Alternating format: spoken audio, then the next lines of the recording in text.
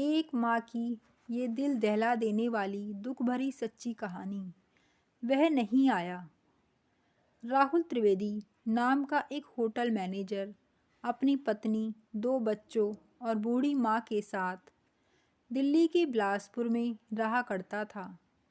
उसकी माँ का नाम था सावित्री देवी।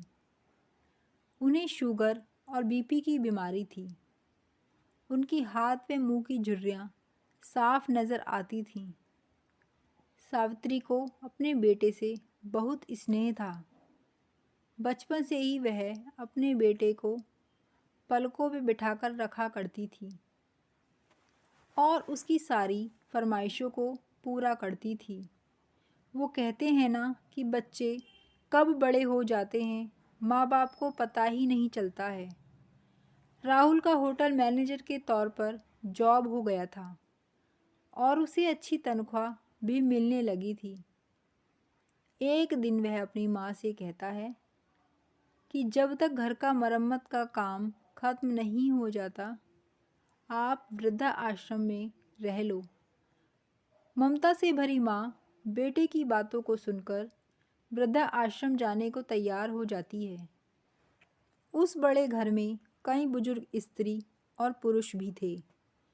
उन्हीं में से एक ने सावित्री से कहा, आपको भी बेटे ने घर से निकाल दिया।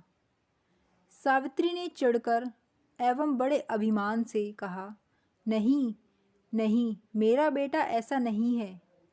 वह तो श्रवण कुमार है। वो तो उसके घर में मरम्मत का काम होने वाला है, इसलिए 1 सप्ताह के लिए मैं यहाँ रहने आई हूँ। रहने दीजिए सावित्री जी, ये सब बहाने हैं, बुजुर्ग ने कहा। सावित्री का समय उन नए दोस्तों के साथ कटने लगा, पर उसका ध्यान घर पर ही लगा रहता।